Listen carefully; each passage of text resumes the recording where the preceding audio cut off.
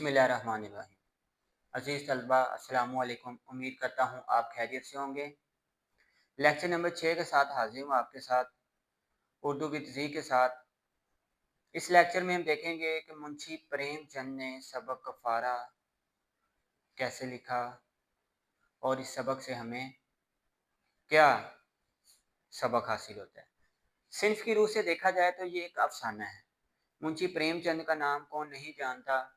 मुंशी प्रेमचंद की जो तस्वीर है ये आप अगर 9th में देखें तो उनमें इनका सबक है मुंशी प्रेमचंद का। और पिछले जितनी बार भी सिलेबस चेंज हुआ और जो भी उर्दू के हवाले से सबक आया तो मुंशी प्रेमचंद का नाम उसमें लाजमी आता है। मुंशी प्रेमचंद अफसाना नगार के तौर पर पहचाने जाते हैं। बहुत से उर्दू को मुसन्निफीन ने इनके बारे में लिखा कि इनके अफसानों से गोबर की बदबू आती है। मतलब क्या कि इन्होंने ज़िंदगी के हर पहलू पर गाँव के घर, शहरों के घर, देहाती ज़िंदगी, जागीरदारों का मसला, ज़मीन का मसला, पंचायत, ज़िंदगी के रोज़मर्रा के जो मामलात है और दरपेश आने वाली जितनी भी चीज़ें हैं उन सब पर इन्होंने कलम लिखा, कलम उठाया और उन्होंने सबक लिखा।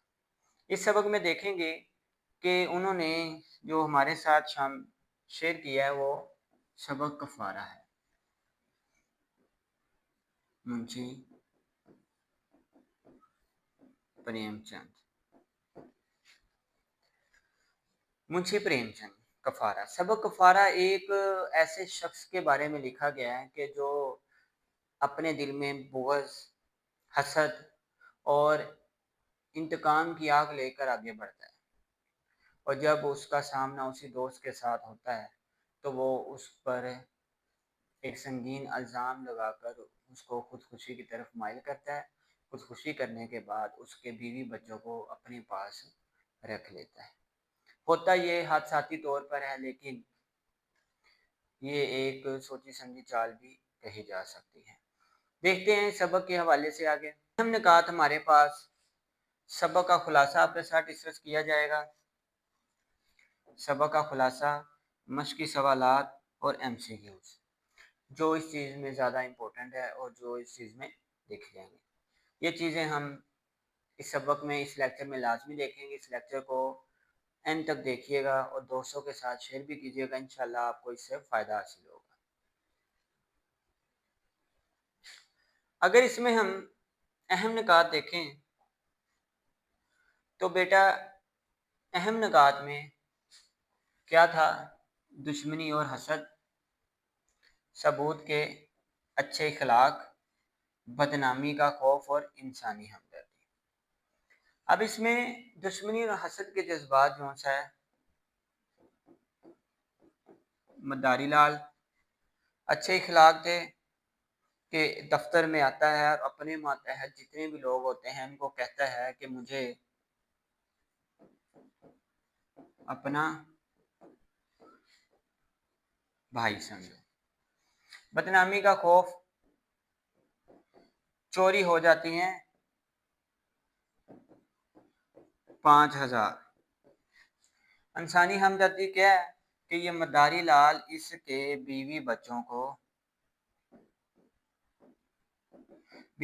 की परवरिश करता है। ठीक है, ये इसके अहम निकात हैं। इसके अहम निकात के बाद देखते हैं इसके खुलासे की तरफ।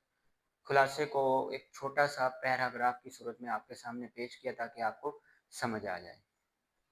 आपके साथ कुछ अल्फाज के मायने शेयर किए हैं, उस अल्फाज के मायने को देखें। इंतकाम, इंतकाम मीन्स इसका मतलब होगा बदला लेना।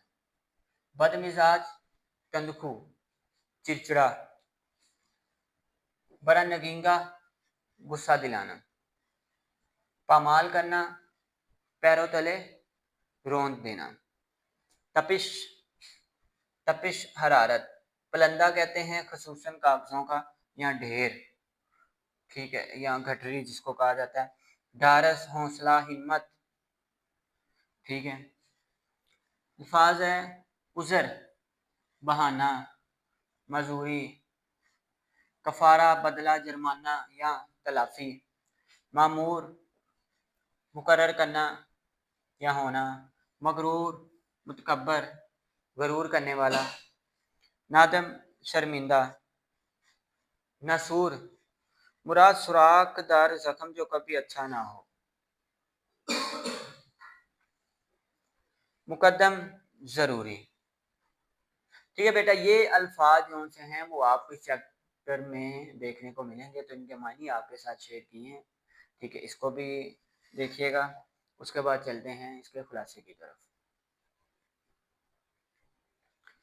खुलासा आपके सामने लिखा है, इसको पढ़ भी देते हैं और आप भी गौर से पढ़िएगा। ठीक है, जो अहम किरदार हैं वो भी इसमें आपने अंडरलाइन करने हैं, अहम किरदारों को और अहम चीज़ों को आपने अंडरलाइन करना है। Madari Lal district board head clerk था। जब इसने सरकारी खत खोला तो इसका चेहरा पीला पड़ गया, क्योंकि उसे मालूम था कि उसका पुराना दुश्मन जो सब्दुलाल सेक्रेटरी बनकर आ रहा है। अब मदारी लाल इसके मातहत काम करता था या उसके मतहत काम करना पड़ेगा, तो मदारी लाल ने क्या किया, पूरे ऑफिस में इसका ढंडोरा बेल दिया कि आज से तुम दफ्तर के नहीं बल्कि सेक्रेटरी साहब के मुलाजिम।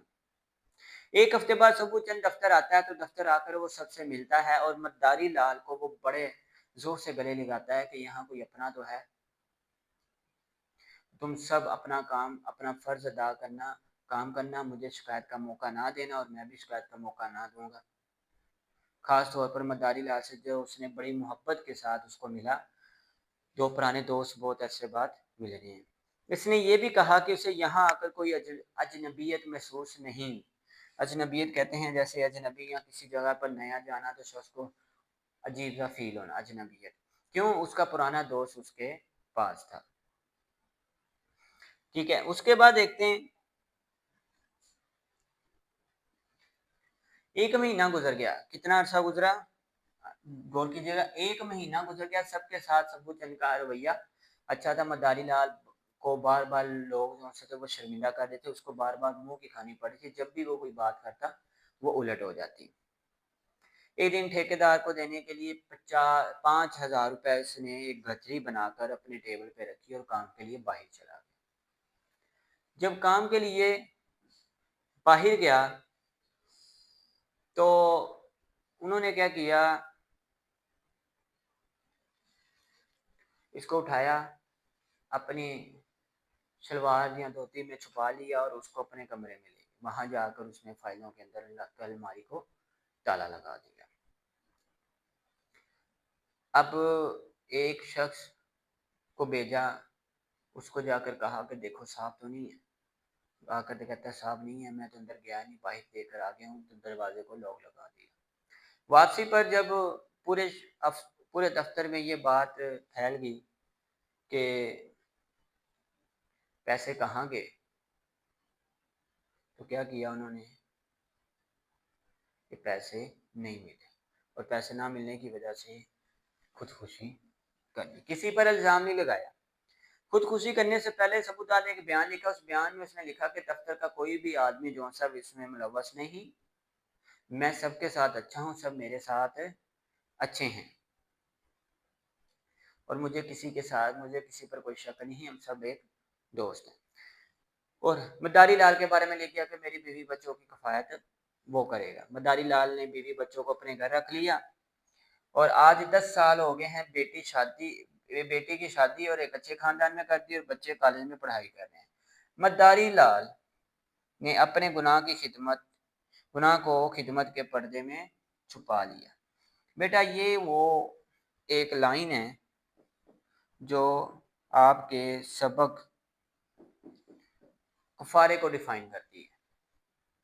ठीक है, अब देखते हैं इसकी एक्सरसाइज। ये आपके साथ खुलासा शेयर किया था, इसकी एक्सरसाइज की तरफ चलते हैं। उसमें जो सवालात हैं उसको हल करते हैं। एक चीज की तरतीब कर दूं बेटा, यहाँ 50,000 लिखा है, ये है 5,000। ये जी, इसके सवालात देखते हैं। बाबू मदारी और सबूत चंदर के मबीन क्या रिश्ता था? दोनों हम जमात थे। अब ये स्कूल और कॉलेज दोनों में, ठीक है। अगर इसको सही तरह लिखें तो वो इस तरह आएगा, मद्दारू बाबू मद्दारी लाल और सबू चंदर के मबीन सबू चंदर स्कूलों कॉलेज में हम जमात थे। सबूत चंदर की तैनात पर बाबू मदारी लाल क्यों परेशान था? सबूत चंद की तैनात पर बाबू मदारी इसलिए परेशान थे कि अब इनके मातहत काम करना पड़ेगा और वो पिछला हिसाब पूरा करेगा, इस वजह से वो परेशान थे। ठीक है। मद्दारी लाल ने नई साहब के बारे में किस तरह गलतफहमियां पैदा की?